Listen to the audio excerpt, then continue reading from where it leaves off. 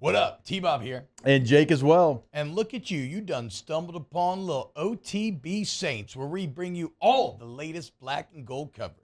Who are the Saints going to draft? Who's going to be their quarterback? What does the salary cap look like? All that information and more. Hope you enjoy it. Like, subscribe. And it's time to talk about Mickey Loomis. He met with the media yesterday, 45 minutes. And again, as I said, Taylor, we should have given him his own room and a fresh bottle of lotion, knowing that he had 45 minutes with which to chew apart and dissect all the gaslighting that Mickey Loomis was going to attempt to pull on the city of New Orleans and the Houdat Nation. Taylor, you have been in the research reads. I'm going to let you lead this segment. So, Tay-Tay, take it away, Way. I was telling you this before the show, I don't want to make it look like I'm taking things out of context and not telling the full story. So I do want to hear it from Mickey Loomis. Yeah. First up, he talks about how, they were asking about the upcoming draft and his position, which he couldn't remember that he was in ninth position, which, Jesus. But he said he would love more draft picks. Oh, I'd always take more draft picks if we could get them. But look, I like where we're at.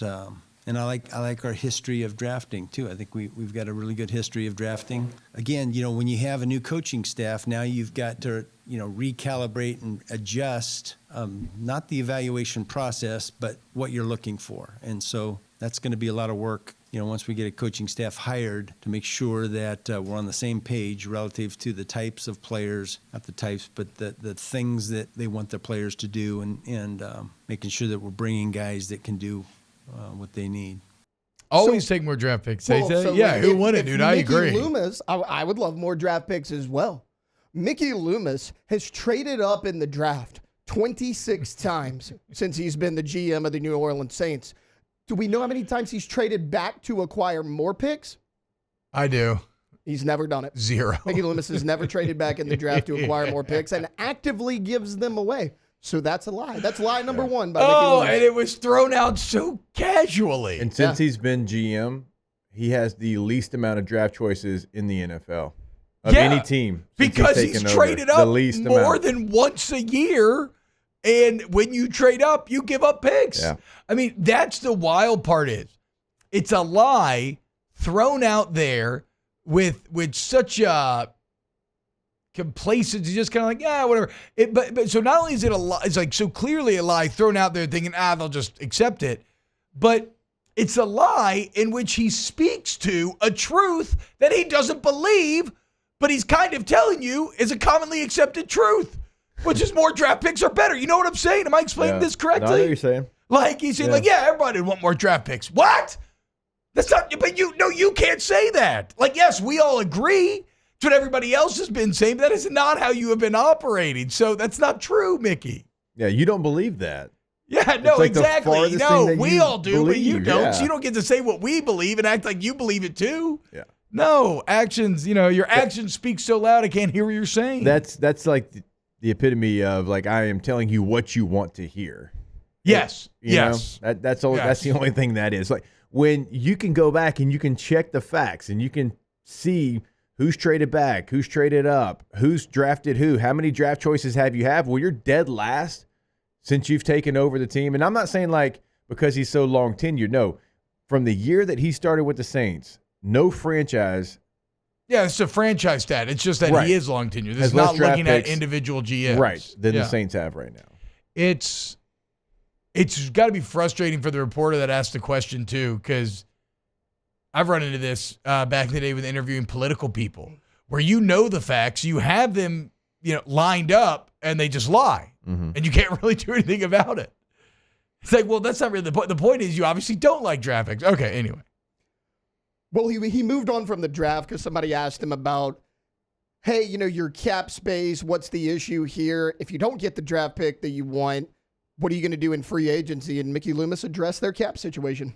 You can't just say, hey, here's the number, here's their over, and that's a disaster, right? We've got the most players under contract of any team. Yes, we're over. But there's a lot of teams below us that have, we've got 61 players under contract right now, and there's teams that have cap room, but they've got 38. or 36. So it's a collective, how much guaranteed is out there? How much is the acceleration that exists? Who are the players they have under contract? There's so many elements. I'm pretty comfortable with where we're at. I'm comfortably uncomfortable. So it's something we have to manage, but there's a lot of teams that have to manage their cap that way, and some of the ones that don't are going to have to at some point. So I feel okay about where we're at. I think we're making progress from where we've been the last few years. So I'm feeling better about it. He is right about one thing, guys. Every team has to manage their cap space, and every team finds a way to do it drastically better than Mickey Loomis. Sure, 61 players under contract, negative $60 million in cap space. But Cleveland, the next closest team in the NFL in terms of cap hell, only $25 million in the hole. So you've more than doubled the next closest team. And he wants to talk about the teams that don't have anybody under contract. The San Francisco 49ers currently have 59 players under contract, and they're big spenders. Oh, I read that they were at 61. But anyway, it doesn't matter. They're big spenders too. I mean, you have Christian McCaffrey, you have George Kittle, you have Debo, you have Ayuk, you have all the Trent Williams. All these guys are like top 5 highest paid at their position. The San Francisco 49ers currently have almost $48 million in cap space. Yeah, how about $48 million. And you have 2 players difference, and you have 3 players that are the highest paid at their position. And let's also say, Mickey, you got 61 and it's players. not all that difference isn't all in quarterback just because Brock Purdy's still a cheap contract. Like, you could comfortably fit Brock Purdy's a giant contract in there, and you'd still be right. Be right at the cap. You got 61 players, Mickey, that you're touting out there, but 21 are UFL players. And I'm not trying to hate on them. I'm not trying to throw shade. Yeah, that's just what it is. True. You got about 21 of those 61 that are UFL players that you signed off the street this year. I mean, wrong? The receiver room. No. I mean, right, correct. I mean, you look at the roster. It's more gaslighting. You could pick 21 players, I bet you, that are fringe NFL players. Speaking of that, Jake, Mickey Loomis gave his thoughts on the 2024 roster, and he doesn't agree with you. Okay. That's part of what part of what we haven't done yet is really look back and evaluate where we're at from a personnel standpoint. Obviously, this was a tough season, not what we expected. What jumps out is the amount of injuries, and we've got to do a deep dive into that. Are there things that are preventable? Are there things that we missed in the evaluation process, for example? So all that is work that needs to be done. Rebuild it means different things to different people. I think that you can turn around a season pretty quickly in the NFL. We've seen it with other teams, and there's a lot of good things on our roster, and there's some things that we need to adjust and fill in. Part of that is going to be the viewpoint and the vision that the new head coach has. I don't know where a lot of the positives on the roster would be. As far as injuries go, that is a bit of a uncomfortable truth. But it's been their history, though. Well, it's a deal where, yes, it's multifaceted, right? Were the Saints injured to an extreme amount this year, even more so than recent years? Yes. Was that a situation exacerbated, however, by a poorly constructed roster? I would say also yes. And then there's just a weird element of, remember when Darren Rizzi was like, hey, remember guys, I added dynamic warm-up and hamstrings went away. Yeah. So, what are we doing? And then you also have the added spice in the mixture of, the Pelicans are also the most injured team in the planet. So what the hell is going on in Airline Drive? So I don't. So it is a very multifaceted discussion, but he seems to be using it as a get out of jail free card for what is a poorly constructed overall 53-man roster. Well, it's a crap excuse because he wants to talk about all the injuries.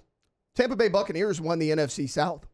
They didn't have Chris Godwin for most of the year. They didn't have most of their secondary. Yeah. 3 weeks ago, the Detroit Lions had 21 players on IR. Guess what? They're the 1 seed.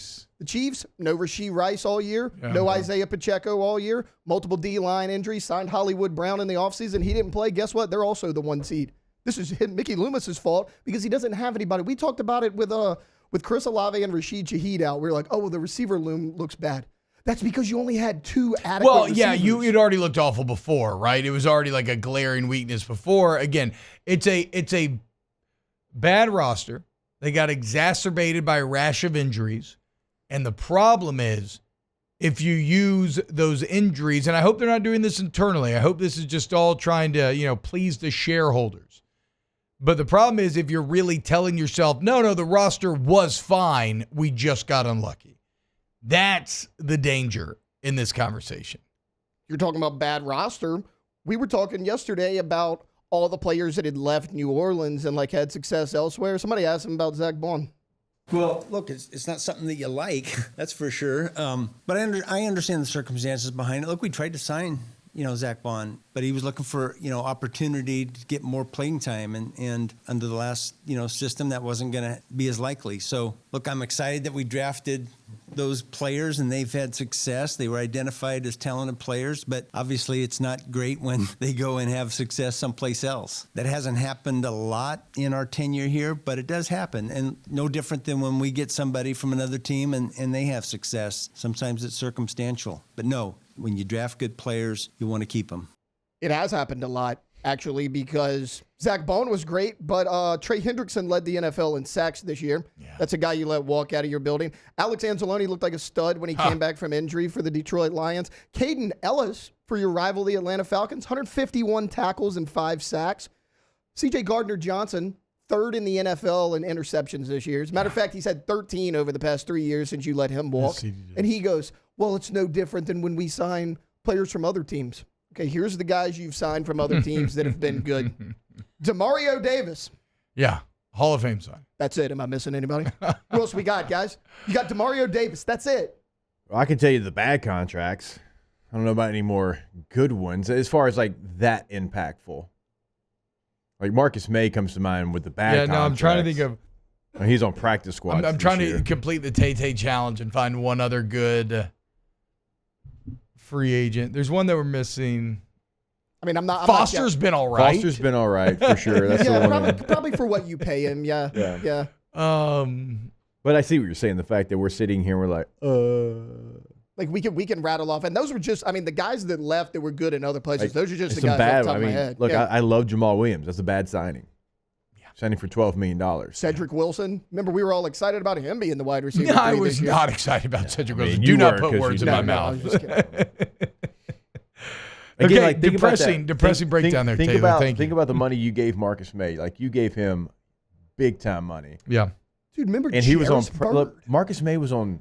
Well, I will still blame Jairus Byrd on Sean Payton, or at least covering the Saints at WWL.